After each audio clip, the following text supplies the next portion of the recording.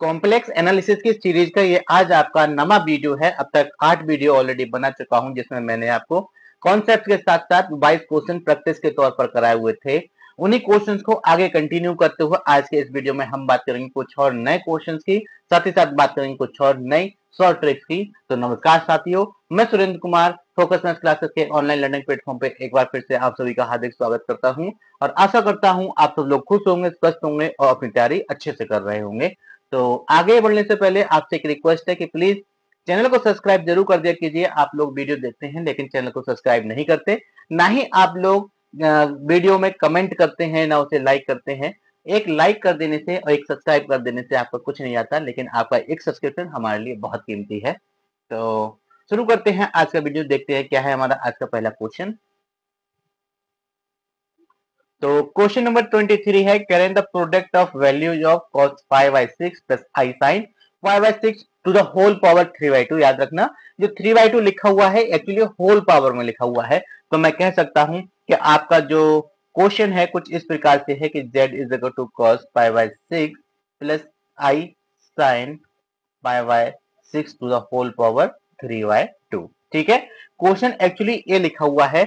अगर ये question normal होता, अगर ये क्वेश्चन नॉर्मल होता तो आपसे प्रोडक्ट ऑफ वैल्यूज पूछते ही नहीं।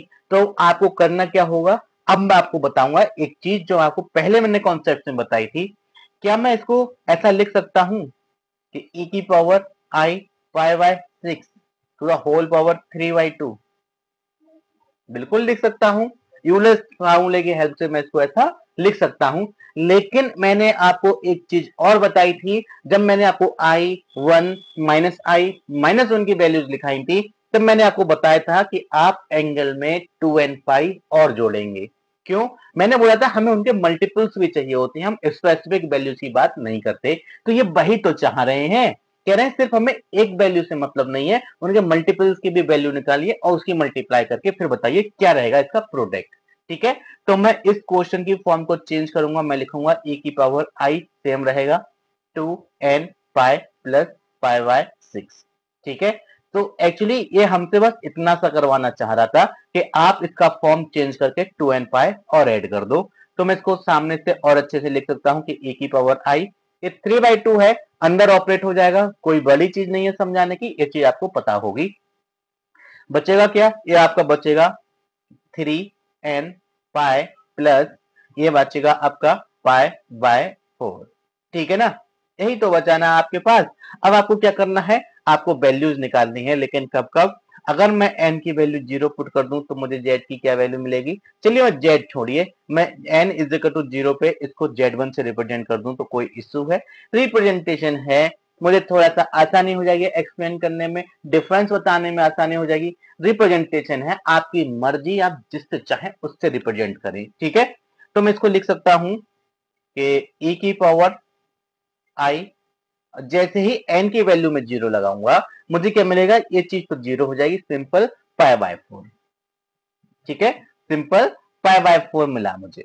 ठीक है, अब क्या मैं इसको ऐसा नहीं लिख सकता कि cos पाई/4 प्लस आई साइन पाई/4? जी बिल्कुल लिख सकता हूं।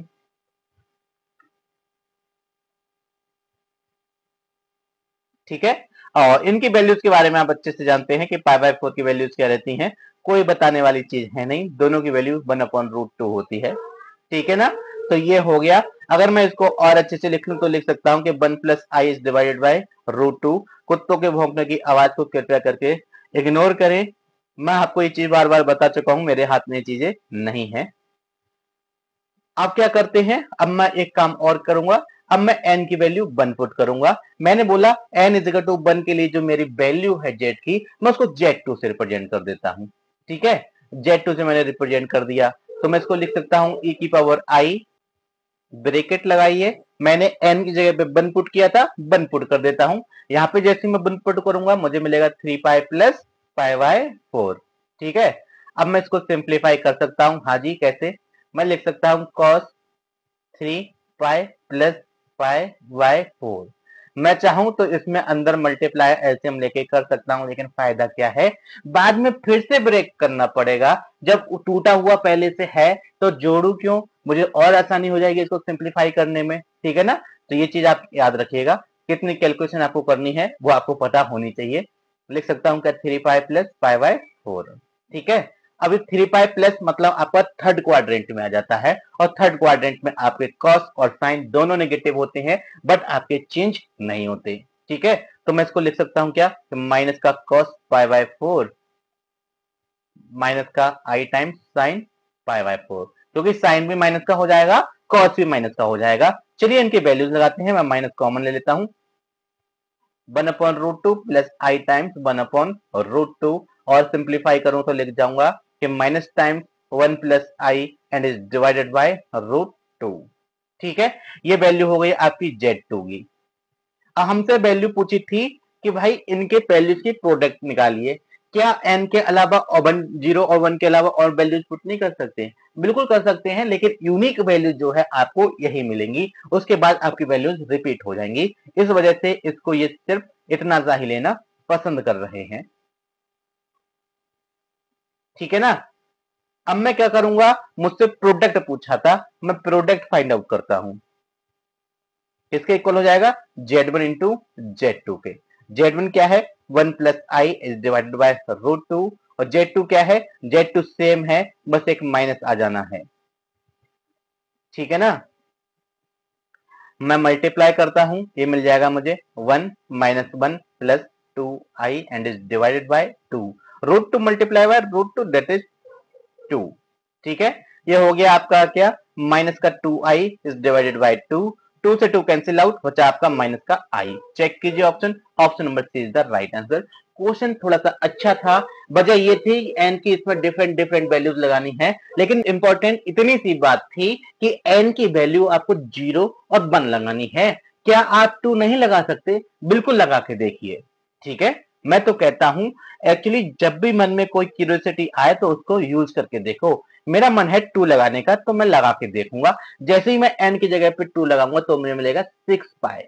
ठीक है, 6 पाई प्लस पाई बाय 4। कहने का मतलब क्या हुआ, कहने का मतलब ये हुआ कि 2 इंटू 3 पाई में लिख सकता हूं, या मैं लिख सकता हूं 3 इंटू 2 पाई। तो 2 पाई का मल्टीपल लौट के आपका फर्स्ट क्वाड्रेंट में आ गया, और फर्स्ट क्वाड्रेंट में आ गया इसका मतलब क्या हुआ, पाई सेम Z1 की जैसी वैल्यू। तो मैंने बोला जो यूनिक वैल्यू है वो आपके n इज इक्वल टू 0 पर और n इज इक्वल टू 1 पर ही मिलेंगी, बाकी सारी वैल्यूज आपको रिपीटेड मिलेंगी, और रिपीटेड मिलेंगी तो हमें सिर्फ यूनिक वैल्यूज का ही प्रोडक्ट फाइंड आउट करना था, that is Z1 into Z2 is equal to minus का i। आई थिंक क्वेश्चन आपको क्लियर हुआ होगा, थोड़ा सा मैंने टाइम जरूर लिया एक्सप्लेन करने में, बट मैं चाहता हूं क्वेश्चन एक बार में अच्छे से एक्सप्लेन कर दो, आपके दिमाग में बैठ जाना चाहिए। चलिए चलते हैं नेक्स्ट क्वेश्चन पर। For complex number z the value of z plus 3 and multiply by z y plus 3। ठीक है, बच्चों वाला क्वेश्चन कैसे, आइए देखते हैं। हमें गिवन है कि z प्लस 3, ओके, और गिवन है multiply by Z war plus 3। ठीक है, मैं इसका अगर रूप चेंज करना चाहूं, हालांकि ये गिरगिट तो नहीं है लेकिन रूप तब भी चेंज कर सकता है, ऐसा मैं लिख सकता हूं। और एक चीज आप जानते हुए आ रहे हैं कि जेड जेड बार की वैल्यू जो है मॉड जेड के स्क्वायर के इक्वल है। तो अगर मैं पूरे कॉम्प्लेक्स नंबर को जेड से रिप्रेजेंट कर दूं, इस वाले को जेड बार से रिप्रेजेंट कर दूं, तो क्या मैं ऐसा नहीं लिख सकता कि मॉड ऑफ जेड प्लस 3 का होल स्क्वायर? क्यों, मेरा जेड प्लस 3 ही तो कॉम्प्लेक्स नंबर है यहाँ पर। अगर मैंने उसमें 3 ऐड कर दिया जेड में तो क्या कुछ चेंज हो गया? नहीं, पहले जेड कॉम्प्लेक्स नंबर था, एक नया कॉम्प्लेक्स नंबर आया, जेड प्लस 3 कॉम्प्लेक्स नंबर हो गया। प्रॉपर्टी थोड़ी ना चेंज हो जाएगी कि जेड इंटू जेड बार की value mod of Z square के इक्वल होती है, वो थोड़ी ना चेंज हो जाएगा। आई थिंक आपको इतनी सी बात क्लियर हुई होगी, दैट इज इसका जो ऑप्शन है वो आपका हो जाएगा option number A is the right answer. तो इस क्वेश्चन में कुछ था क्या? बिल्कुल नहीं, सिर्फ इस प्रॉपर्टी का एप्लीकेशन था। ठीक है, ये प्रॉपर्टी मैंने आपको लिखाई है, अच्छे से एक्सप्लेन की है कॉन्सेप्ट में। अगर आपने कॉन्सेप्ट सही मायने में देखे हुए हैं, यकीन मानिए क्वेश्चन हवा बनते हुए दिखाई देंगे। चलिए चलते हैं नेक्स्ट क्वेश्चन पर। मैं बात करता हूं क्वेश्चन नंबर 25 की। कह रहे हैं this and this are conjugate to each other. थोड़ा सा मिसप्रिंट है, घिसपिच हो गए, समझने की कोशिश कीजिएगा। दो चीजें लिखी हुई है, एक तो ये लिखा हुआ है कि आपका है sine theta plus I cos 2 theta. ठीक है, और एक लिखा हुआ है आपके पास कॉस थीटा माइनस का आई साइन 2 थीटा। ठीक है, अब क्वेश्चन में क्या लिखा हुआ है मतलब नहीं, आपके सामने चीजें मैंने लिख दी। ये कह रहे हैं कि भाई ये दोनों एक दूसरे के कॉन्जुगेट हैं। ठीक है, ये दोनों एक दूसरे के कॉन्जुगेट हैं। ओके, मैं इसका कॉन्जुगेट निकालूंगा। ठीक है, अगर मैं इसको पहला कह देता हूं, मैं Z1 कह देता हूं, इसको कह देता हूं मैं Z2। तो कहने का मतलब क्या कह रहे हैं ये कि भाई Z1 का कॉन्जुगेट दैट इज Z बार जो है मेरे Z2 के इक्वल है। आप ऐसा बोल लीजिए, या आप ऐसा बोल लीजिए कि Z2 का कॉन्जुगेट जो है भाई मेरे Z1 के इक्वल है। कोई एक प्रॉपर्टी लेके आप इसको सॉल्व कर लीजिए, दोनों लेके सॉल्व करने की बिल्कुल जरूरत नहीं है, आंसर एक ही आएगा। क्यों? बात तो एक ही है ना, कान इधर से पकड़ो, कान उधर से पकड़ो, पकड़ा तो कान ही गया ना। ठीक है, तो मैं पहली वाली प्रॉपर्टी का यूज कर ले रहा हूं, तो मैं इसका निकालूंगा क्या, कॉन्जुगेट। तो Z1 का कॉन्जुगेट निकलेगा तो कुछ इस प्रकार से हो जाएगा कि sine theta minus I cos 2 theta equal हो जाएगा किस चीज के, कॉस थीटा माइनस का i sign 2 theta. I think इतनी चीज समझ में आई होगी। अब मैं क्या करूंगा, ऑन कंपेयरिंग, ठीक है, ऑन कंपेयरिंग मैं आपके रियल और इमेजिनरी पार्ट कंपेयर कर लूंगा, तो कुछ इस प्रकार से चीजें मिलेंगी मुझे कि साइन थीटा इक्वल हो जाएगा किस चीज के, कॉस थीटा के। एंड जैसे ही मैं इमेजिनरी पार्ट इसमें कंपेयर करूंगा, मैं पाऊंगा क्या कि कॉस 2 थीटा मेरा इक्वल हो जाएगा किस चीज के, साइन 2 थीटा के। ठीक है, अब कुल मिला के मिला क्या, यहां से मिलता है मुझे tan theta is equal to 1, and यहां से मिलेगा मुझे क्या, tan 2 theta is equal to 1। ठीक है, तो अगर अब आप यहां से डायरेक्ट सीधी सीधी वैल्यू देखना चाहें तो आप ऐसा कह सकते हैं कि थीटा की वैल्यू क्या हो सकती है, पाई बाय 4 हो सकती है। ठीक है, एंड ये हो सकता है कि 2 थीटा की वैल्यू पाई बाय 4 हो, या फिर थीटा की वैल्यू क्या हो, पाई बाय 8 हो। ठीक है, तो आपकी वैल्यूज थीटा की क्या हो सकती है, पाई बाय 4 और पाई बाय 8। ऑप्शन में कहीं तक नहीं है, तो आप ऑप्शन नंबर डी ले सकते हैं। लेकिन मैं आपको रिकमेंड करूंगा कि आप जब भी इसको लिखें तो आप लिखें theta is equal to n pi plus pi by 4। ठीक है, और यहां से अगर थीटा निकालना हो तो 2 थीटा मेरा इक्वल हो जाएगा किस चीज के, n pi plus pi by 4, या फिर मैं कह सकता हूं implies that theta is equal to n pi by 2 plus pi by 8। ठीक है, ये एक्चुअली 2 है, थोड़ा सा चिपक गया है। ठीक है, आई थिंक आपको थीटा समझ में आए होंगे, और दोनों ही थीटा मेरे ऑप्शंस में नहीं है, इसका मतलब मेरा ऑप्शन नंबर डी जो है राइट आंसर हो जाएगा, none of these. I think question समझ में आया होगा, जो एक्सप्लेनेशन दिया है वो समझ में आया होगा, जो करने का तरीका है वो समझ में आया होगा, ऐसी मैं आपको उम्मीद कर सकता हूं। चलिए चलते हैं नेक्स्ट क्वेश्चन पर। कह रहे हैं if 1 plus i is divided by 1 minus i की whole power x is equal to 1, तो x की वैल्यू क्या होगी। चलिए मैं आपको करके दिखाता हूं। मैंने आपको इस टाइप के क्वेश्चंस पहले भी कराए हैं, मैंने आपको ऐसी प्रॉपर्टीज बताई हुई हैं कि एक प्रॉपर्टी मैंने आपको बताई थी कि a प्लस बी आई अगर इस प्रकार से लिखा हुआ है और ये b माइनस आई ए इस प्रकार से लिखा हुआ है, तो इसकी वैल्यू आई आया करती थी, क्योंकि हम यहाँ से आई कॉमन लिया करते थे। अगर मैं यहाँ से आई कॉमन ले लूं तो मैं पाऊंगा क्या, मैं पाऊंगा कि 1 minus i and is divided by 1 minus i. ठीक है, ये माइनस आई लिखा हुआ है, समझने की कोशिश कीजिएगा।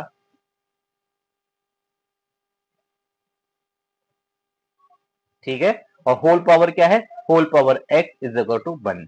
ठीक है, तो ये तो कैंसिल आउट, बचा क्या कि i की power x is equal to 1। और आप एक बात अच्छे से जानते हैं, i की पावर 4 की वैल्यू 1 होती है, या फिर मैं कहूं, ठीक है, या फिर मैं कहूं कि i की पावर 4 n की वैल्यू 1 होती है।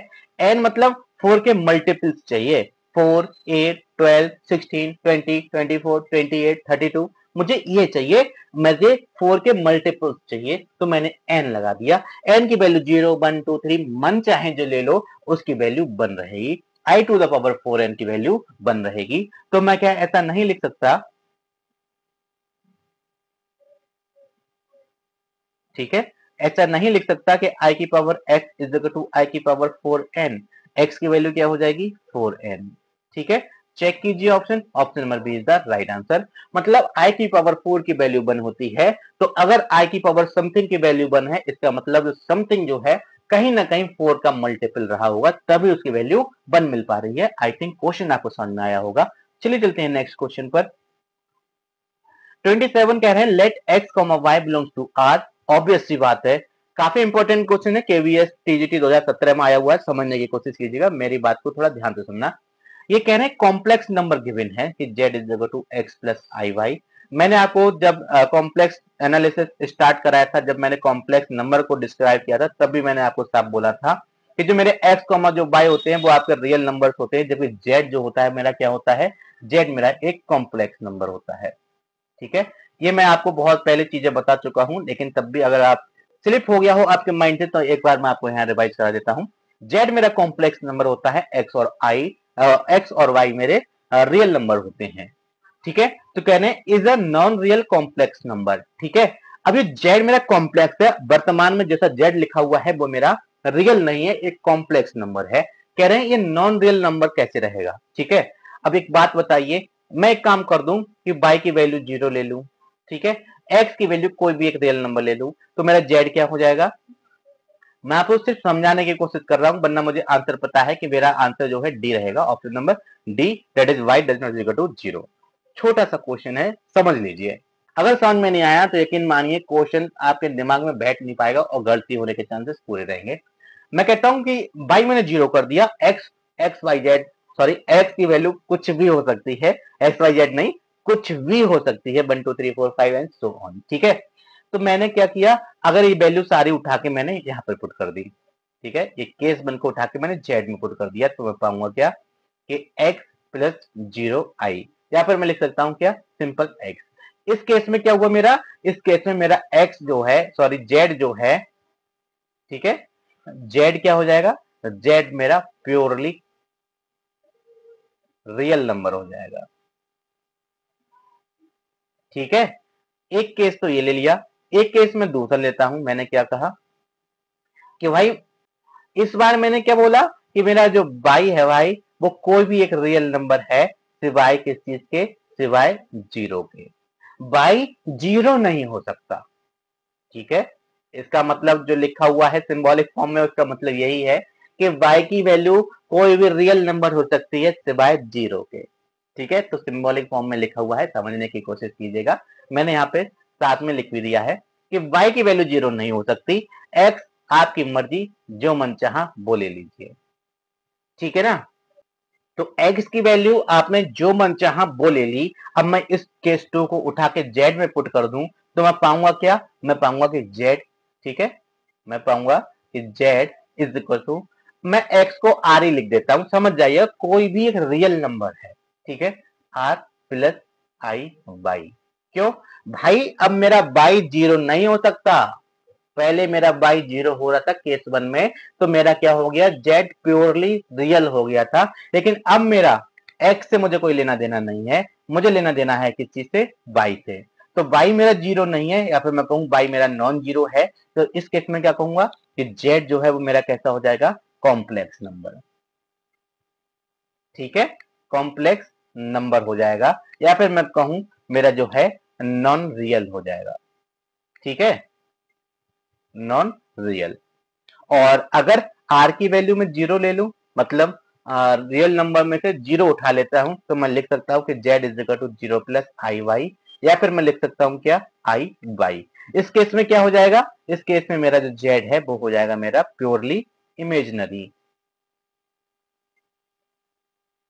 ठीक है, प्योरली इमेजिनरी हो जाएगा।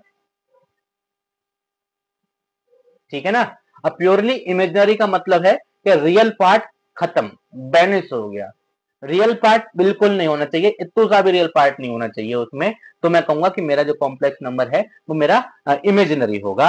यहाँ पर मेरा आर की कुछ एक वैल्यू मैंने लेके चला था, ठीक है, आर की वैल्यू कुछ एक लेके चला था, तो मैं यहाँ पर इसको प्योरली इमेजिनरी नहीं बोल सकता, कुछ ना कुछ रियल पार्ट है, तो मैं कहूंगा क्या, कि मेरा कॉम्प्लेक्स नंबर होगा।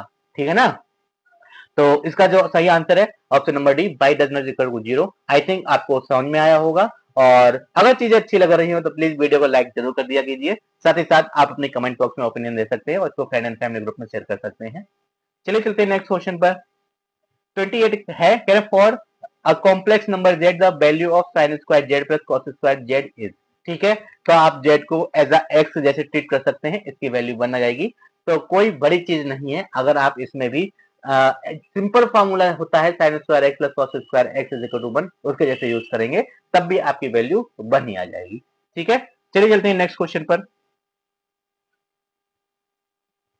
29 है, कह रहे हैं क्या, कि for z is equal to x plus i Y.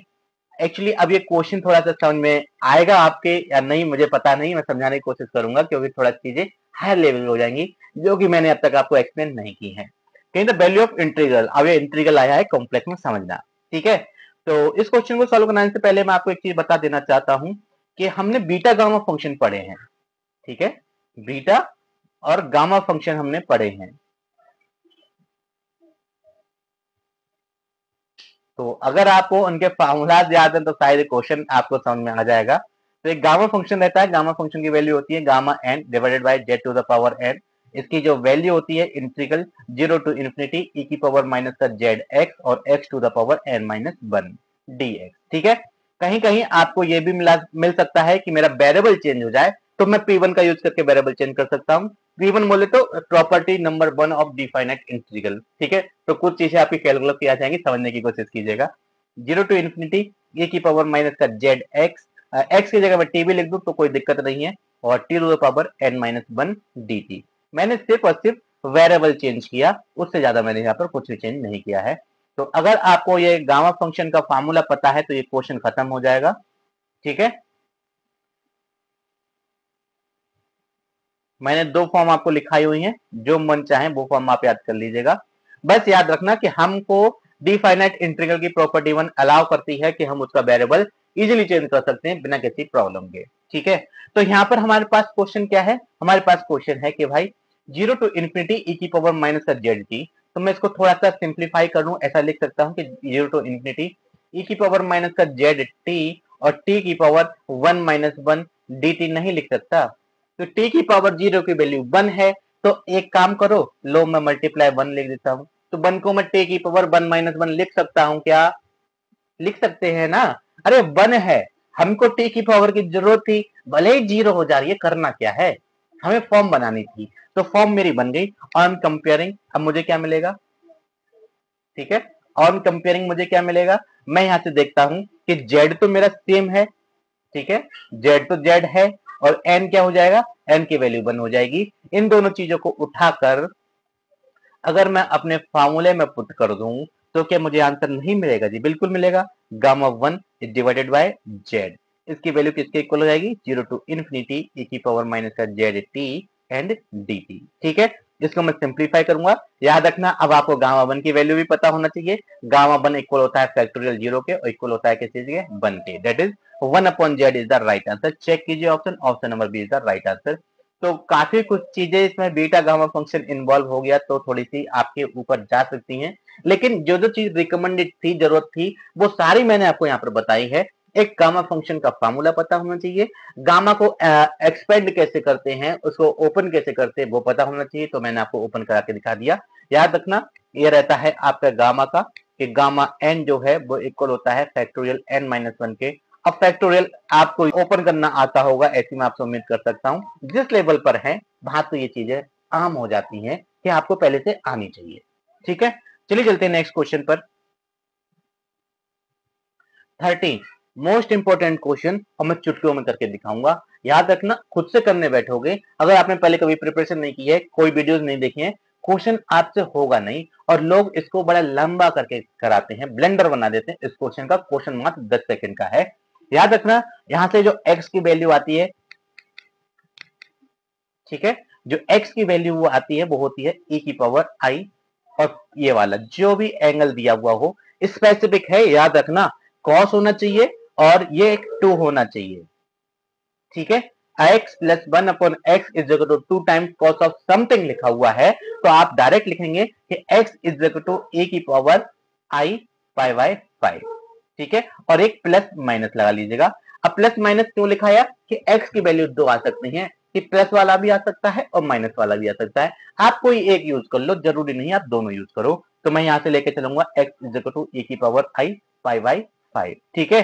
ये मैं यहां से यूज करके चलूंगा और मैं इसको पुट कर दूंगा इसमें, तो मैं पाऊंगा क्या, मैं पाऊंगा कि x की पावर 5 प्लस 1 अपॉन एक्स की पावर 5 मेरा इक्वल हो जाएगा कि e की power i pi plus 1 upon e की पावर i पाई। क्या लिख सकता हूं मैं, e की power i pi plus e की पावर माइनस का i पाई। जब मैं इसको एक्सपेंड करूंगा तो आप देखेंगे माइनस है तो साइन साइन कैंसिल हो जाएंगे, बचेगा क्या मेरे पास 2 cos पाई, और 2 cos पाई होता है माइनस का 1, दैट इज माइनस का 2। Option number A is the right answer. तो ये क्वेश्चन तो सॉल्व करने की जरूरत भी नहीं थी, पेन पेपर की जरूरत नहीं थी, साफ दिख रहा था मुझे 2 cos पाई आंसर आ रहा है, 2 cos पाई मतलब माइनस का 2 इज द राइट आंसर। अब मैं आपको एक्सप्लेन करता हूँ ये चीजें आई कहां से, मैंने आपको ये सारी चीजें बताई कहां से हैं। ठीक है, तो एक काम करेंगे, जो हमारा परंपरागत तरीका है उसको लिखते हैं कि x plus 1/x is equal to क्या है 2 cos, मैं यहां से थीटा लेके चलूंगा, मैं यहां से थीटा लेके चलूंगा, पाई बाय 4 में बाद में रिप्लेस कर दूंगा। ठीक है, इतना तो आप एडजस्ट कर सकते हैं। मैं यहां से क्रॉस मल्टीप्लाई करता हूं, मैं पाऊंगा क्या एक्स स्क्वायर माइनस का 2x cos theta plus 1 is equal to 0। Quadratic equation in x हो गया ना। अब मैं आपसे बोलूं कि यहां से आप इसका रूट फाइंड आउट करो तो कोई दिक्कत है? बिल्कुल नहीं। कैसे कि x is equal to minus का b, दैट इज माइनस का माइनस माइनस प्लस हो जाएगा 2 cos theta plus minus square root of b square मतलब 4 cos square theta minus a c मतलब 4 एंड इज डिवाइडेड बाय 2। ठीक है, x की value किसके इक्वल हो जाएगी 2 cos थीटा, मैं 4 कॉमन ले लूं तो मेरा 2 बाहर आ जाएगा, जी बिल्कुल आ जाएगा। और एक माइनस कॉमन ले लूं तो ऐसा लिख सकता हूं कि 1 माइनस cos स्क्वायर थीटा, हाँ जी बिल्कुल लिख सकता हूं। ठीक है, डिवाइडेड बाय 2, इस 2 सारे कैंसिल आउट हो जाएंगे, मेरे पास बचेगा क्या cos थीटा प्लस माइनस, इस माइनस की जगह माइनस 1 लिखा हुआ है ना, एक माइनस है मतलब माइनस 1 लिखा हुआ है, इसका मतलब माइनस को मैं आई स्क्वायर लिख सकता हूँ, और आई स्क्वायर लिख सकता हूँ डेट इज मेरा स्क्वायर रूट लगा हुआ है तो मेरा आई बाहर आ जाएगा, तो मैं लिख सकता हूँ क्या आई, और 1 minus cos square theta sine square theta है, स्क्वायर रूट लगा होने की वजह से वो मेरा साइन थीटा हो जाएगा। ठीक है, तो मैंने यही तो बोला था कि भाई x की वैल्यू e की पावर प्लस माइनस आई थीटा में लिख सकता हूँ। ठीक है, तो आप चाहे ऐसे लिखो चाहे आप ऐसे लिखो, मैं पोलर फॉर्म लिखना प्रेफर करता हूँ क्योंकि मुझे वो पसंद है और थोड़ा इजी पड़ता है लिखना। इतना लंबा लिखने में मेरा थोड़ा बहुत टाइम भी एक्स्ट्रा वेस्ट होगा, मैं तो 1 सेकंड भी बचा लूं तो भी अच्छा ही है। ठीक है, तो ये x आपका डायरेक्ट निकल के आता है, हर एक क्वेश्चन में फिक्स है, x की वैल्यू प्लस माइनस e की पावर आई थीटा आएगी, याद रखिएगा। ठीक है, अब मैं क्या करता हूं, मैं इन सारी वैल्यूज को उठा के जो मेरा क्वेश्चन है उसमें डिवाइडर थ्योरम यूज कर लूंगा, तो x की पावर 5 को ऐसा नहीं लिख सकता कि e की पावर प्लस माइनस आई। ठीक है, थीटा में रिप्लेस कर देता हूँ फॉर काइंड इन्फॉर्मेशन, थीटा में पाई बाय 4 यूज कर ले रहा हूँ। ठीक है, पाई बाय 5 और ये हो गया 5, मैं इसको लिख सकता हूँ कि e की पावर प्लस माइनस आई पाई। ठीक है, अब प्लस माइनस मैंने लगा के चला हूं, मैं कहूंगा कि आप सिर्फ एक लगा लो। ठीक है, मैंने आपको दोनों लेने के लिए रिकमेंड किया है, लेकिन मैं कहूंगा कि आप सिर्फ एक लेके चलो जिससे हमारा क्वेश्चन इजी हो जाए, तो मैं e की पावर पाई ले लेता हूं। ठीक है, आई लगा लीजिएगा। ठीक है, तो अगर मैं 1/x की 1/x टू द पावर 5 निकालू तो लिख सकता हूँ क्या कि 1/e की पावर आई पाई, या लिख सकता हूँ कि e की पावर माइनस का आई पाई, और मैं दोनों को ऐड कर लूं x प्लस 1/x की पावर 5 जो है तो हो जाएगा मेरा क्या कि cos pi plus i sine pi plus cos pi minus का आई साइन पाई। ठीक है, यह आपस में कैंसिल आउट, बचा मेरे पास 2 cos pi that is minus का 2 इज द राइट आंसर। तो ये इतना लंबा झमेला करने के बाद आपका आंसर आता है। मैं कहूंगा कि आपको 2-4 बार एक क्वेश्चन की प्रैक्टिस कर लो, क्वेश्चन का आंसर दिमाग में फिट हो जाएगा कि क्वेश्चन का आंसर आना क्या है। कभी यहाँ पर प्लस होगा, कभी यहाँ पर माइनस होगा, याद रखना जब प्लस होगा तो कॉस वाला बनेगा, और जब माइनस होगा तब साइन वाला बनेगा। ठीक है, ये भी इंपॉर्टेंट है कि बीच में साइन कौन सा है, प्लस है तो मतलब कॉस बनना तय है, माइनस है मतलब साइन बनना तय है। ठीक है, आई थिंक इतनी बात आपको समझ में आई होगी। ये छोटी छोटी चीजें जो है आप याद कर लीजिएगा, दिमाग में फिट कर लीजिएगा, ये एक्चुअली छोटी छोटी चीजें आपका टाइम बचाती हैं। ठीक है, चलिए चलते हैं नेक्स्ट क्वेश्चन पर। चलिए अब हम बात करते हैं क्वेश्चन नंबर 31 की। कह रहे हैं if the complex numbers a1 a2 a3 and so on are in GP. ठीक है, a1 a2 a3 and so on आपके कॉम्प्लेक्स नंबर हैं, और ऐसे कॉम्प्लेक्स नंबर हैं जो ऑलरेडी जीपी में है। कह रहे हैं हैविंग कॉमन रेशियो आर। ठीक है, याद रखना कॉमन रेशियो आर ऑलरेडी हमको गिवन है, सच दैट, अब फर्स्ट टर्म हमको गिवन नहीं है तो हम फर्स्ट टर्म को अज्यूम कर लेंगे कि let first term is a. Generally हम ए से ही रिप्रेजेंट किया करते हैं ना, तो मैंने ए ले लिया। अभी कह रहे हैं कंडीशन गिवन है, then the number of possible values of r. R की वैल्यू क्या होगी, कॉमन रेशियो क्या होगा, वो हमसे पूछा जा रहा है। बशर्ते एक कंडीशन हमको गिवन है, कंडीशन कुछ इस प्रकार से है, ठीक है। अब इनका मतलब क्या है समझिए। अगर मैं इसमें k की वैल्यू 1 2 3 एंड सो ऑन लगाता हुआ चलूं तो मुझे क्या मिलेगा वो देखिए, ठीक है। मैं यहाँ पे 1 लगाता हूं तो मुझे मिलेगा क्या, a1। 2 लगाता हूं तो मुझे मिलेगा a3। 3 लगाया a5 and so on plus n term क्या हो जाएगा, n टर्म हो जाएगा आपका 2n माइनस 1। k की वैल्यू मैंने n पुट कर दी, ठीक है। ये तो था LHS का काम। अब RHS में क्या मिलेगा वो भी तो देखना है ना, तो मैं देखता हूं। k की जगह अगर मैं 1 लगा दूं, ठीक है, k की वैल्यू मैं 1 लगाता हूं तो मुझे मिलेगा a4, ठीक है, plus a6 plus a8 plus and so on up two plus a2n plus 2, ठीक है ना। आई थिंक आपको यहां तक किसी प्रकार की कोई भी दिक्कत नहीं होगी। और याद रखिएगा a1 a2 a3 and so on सारे के सारे आपके कैसे हैं, जीपी में है। जीपी में है मतलब हमको कहीं ना कहीं इनका एन टर्म निकालना पड़ेगा। कैसे समझाता हूं। तो एक चीज आप गौर से देखिए, मेरे पास दो जीपी हैं, एक एलएचएस में जीपी है, एक आरएचएस में जीपी है। बट दोनों के कॉमन क्या चीज है, दोनों के फर्स्ट टर्म कॉमन है, दोनों के कॉमन रेशियो कॉमन है, ठीक है। तो मैं क्या करूंगा, याद रखना यहां से एक चीज याद रखिएगा आप कि मेरी a1 की जो वैल्यू है वो भी मेरी a हो जाएगी, आर तो आर है ही, ठीक है। तो अगर मैं इसका एनर टर्म निकालूं तो एनर टर्म क्या ये नहीं हो जाएगा कि a इंटू आर की पावर 2n माइनस वन, मतलब जीपी का जो एनर टर्म होता है वो ये होता है a इंटू आर की पावर n-1। आई थिंक आपको ये तो याद होगा ही, ठीक है।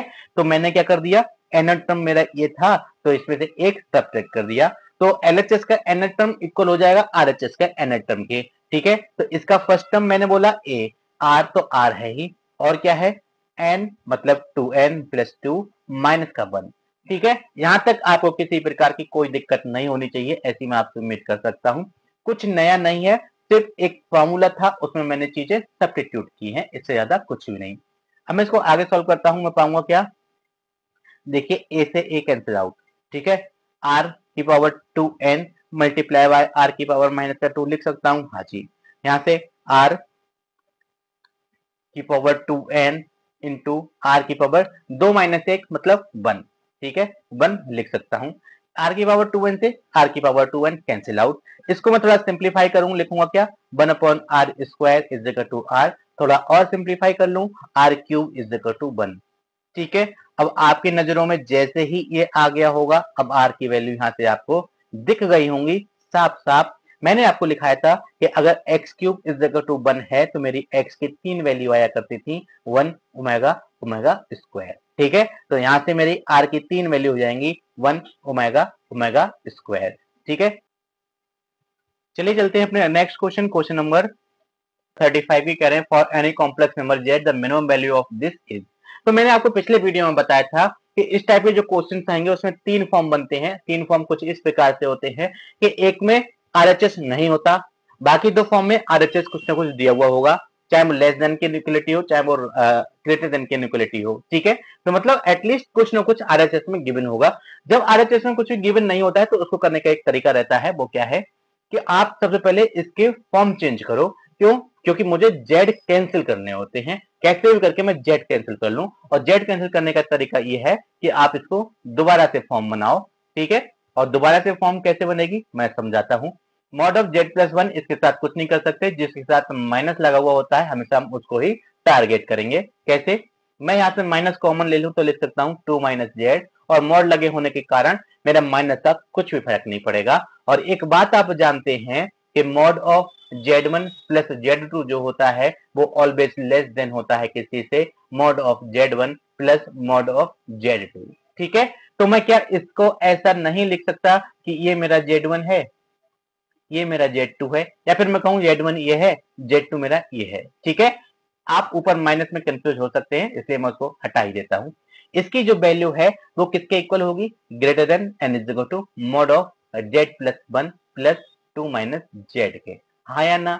सिर्फ जो फार्मूला था, जो फार्मूला मैंने आपको लिखाया है, मैंने सिर्फ उसका यूज किया है, इससे ज्यादा कुछ नहीं। ठीक है, अब इस जेड से ये जेड चला गया, क्या हो गया? Is greater than 3।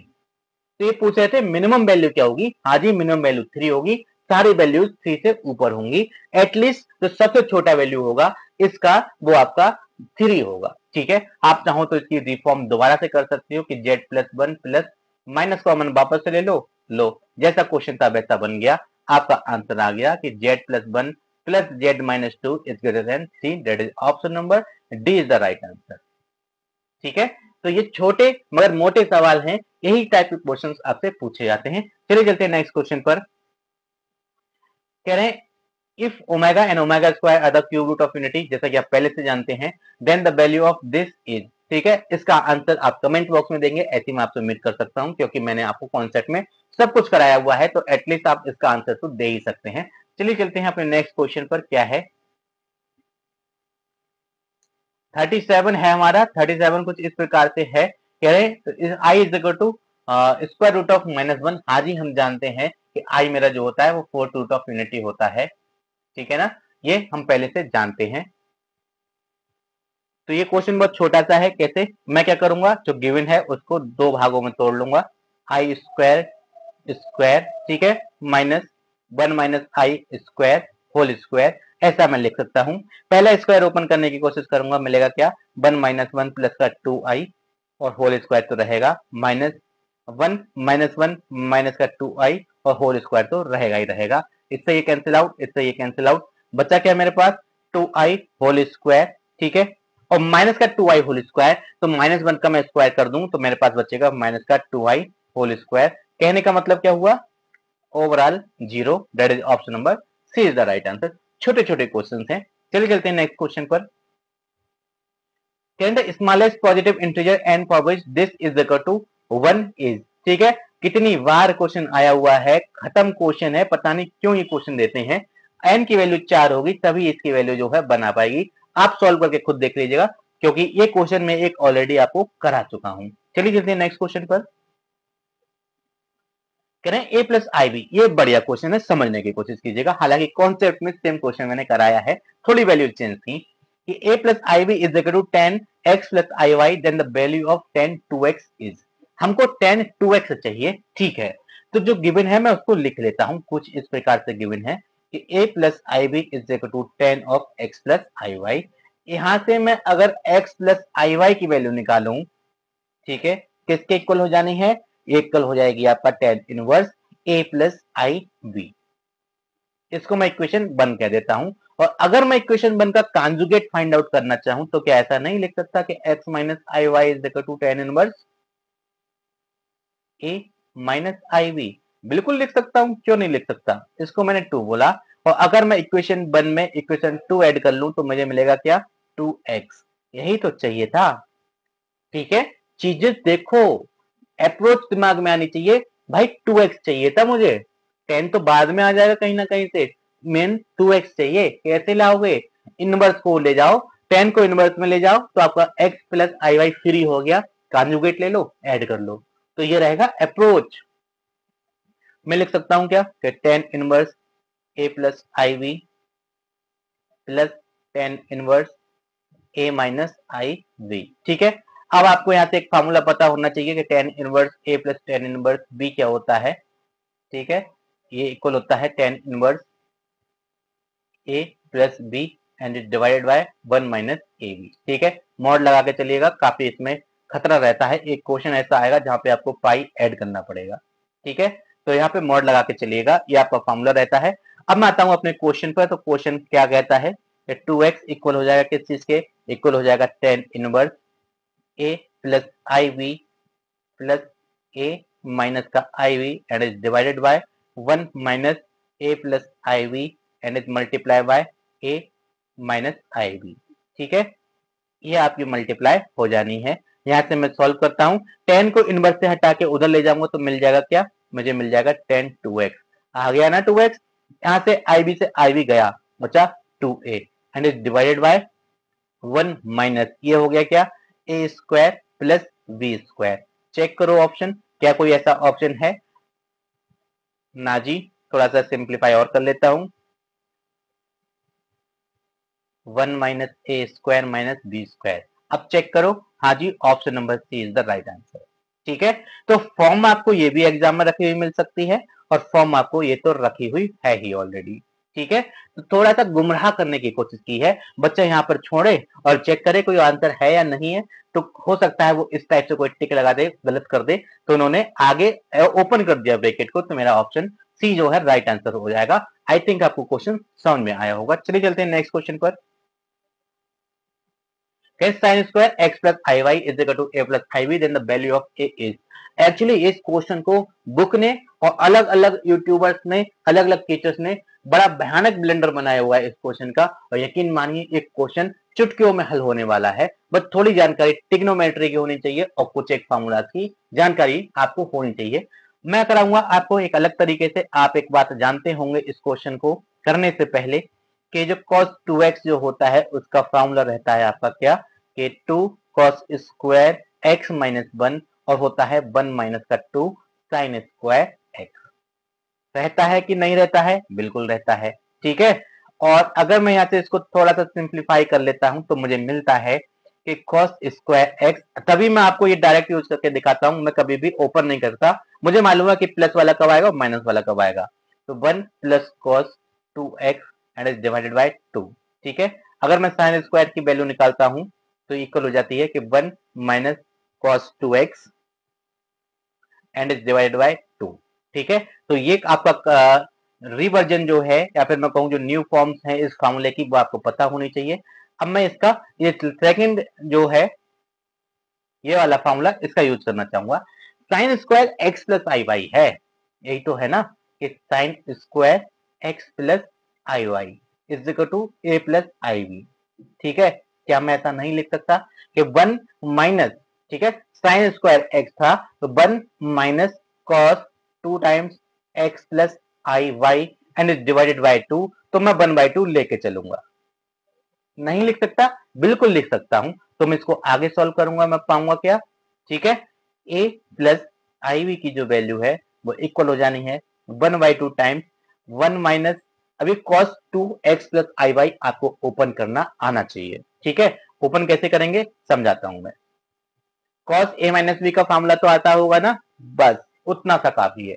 ठीक है, तो 1 माइनस ये हो जाएगा आपको क्या, cos a cos b, ठीक है, और प्लस लगा हुआ है दैट इज माइनस आ जाएगा sine a and sine B.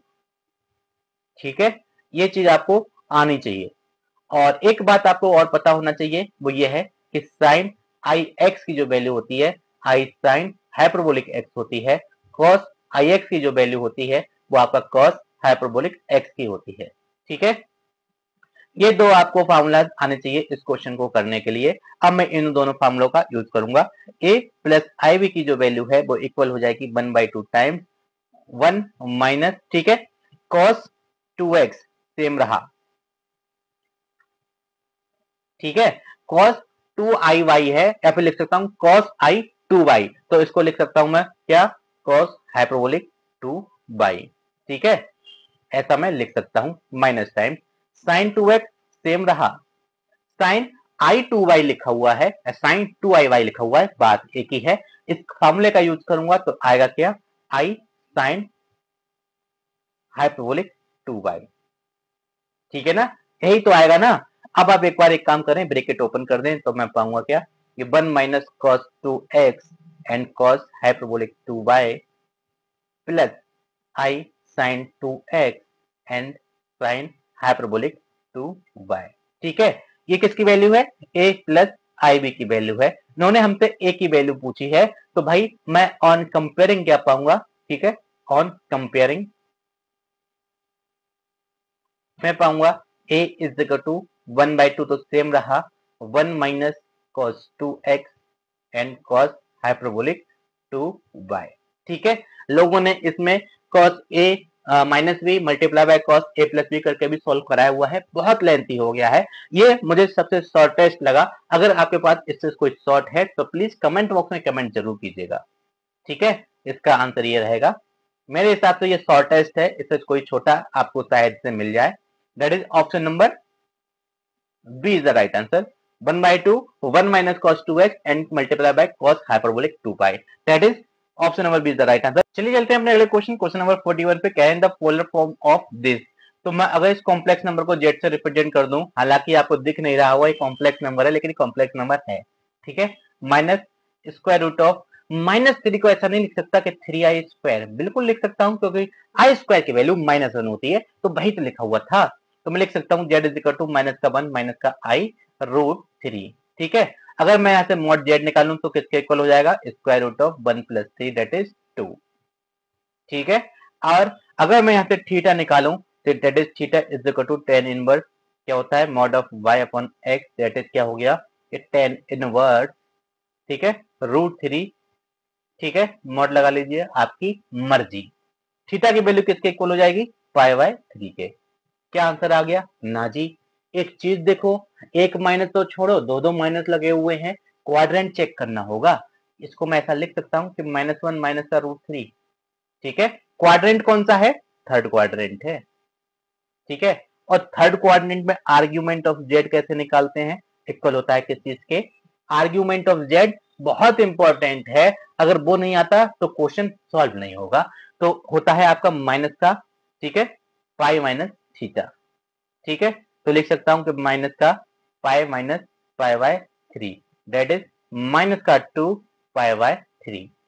अब इस सेम जो मेरा कॉम्प्लेक्स नंबर कार्टेशियन फॉर्म में लिखा हुआ था, अगर मैं सेम कॉम्प्लेक्स नंबर को इन पोलर फॉर्म में लिखना चाहूं तो मैं लिख सकता हूं कि z is equal to -1 minus का i अंडर रूट 3 मेरा इक्वल होगा किस चीज के, 2e की पावर माइनस का 2π/3 और एक i लगा लीजिएगा, ठीक है।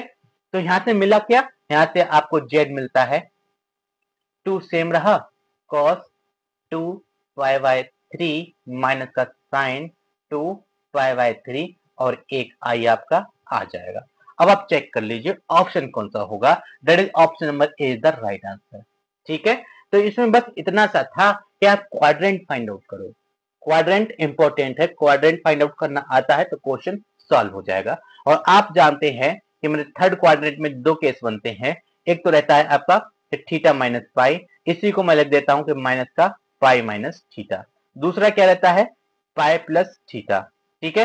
कुछ एक क्वेश्चन में इसका इस्तेमाल करके आंसर लाया गया है, क्योंकि इसके द्वारा दिया गया आंसर जो है वो ऑप्शंस में नहीं था, तो आयोग ने नीचे वाला आंसर सही लिया है, ठीक है। तो मैंने आपको बताया था, जब कॉन्सेप्ट कराए हैं तब भी मैंने आपको बताया था इसकी दो वैल्यूज रहती हैं, जो वैल्यू अवेलेबल हो, प्रायोरिटी आपकी ये रहेगी, ये आपकी प्रायोरिटी पर है, अगर ये मिसिंग है तो हम इसको देंगे, ठीक है। और अगर दोनों ही है तो मेरी प्रायोरिटी उस वाले का रहेगी कि minus times pi minus theta. चलिए चलते हैं नेक्स्ट और लास्ट क्वेश्चन पर। क्या है, कहें तो omega is the cube root of unity then the value of this is, ठीक है। अब ये लास्ट क्वेश्चन आप ही करके दीजिएगा, क्योंकि ये क्वेश्चन बहुत इजी है और ये क्वेश्चन मैं आपको पहले बता चुका हूं एक्चुअली इनको सॉल्व कैसे करेंगे, ठीक है। तो आज का वीडियो यहीं पर खत्म करते हैं। अगर आपको वीडियो अच्छा लगा हो तो आप चैनल से जुड़ेंगे, चैनल को सब्सक्राइब करेंगे, साथ ही साथ वीडियो को लाइक करने के साथ साथ इसको आप कमेंट करें और अपने फ्रेंड एंड फैमिली ग्रुप में शेयर कर सकते हैं। ऐसे ही और भी इंफॉर्मेटिव वीडियो आपके लिए आते रहेंगे। Thank you, thanks for watching, मिलते हैं अगले वीडियो में।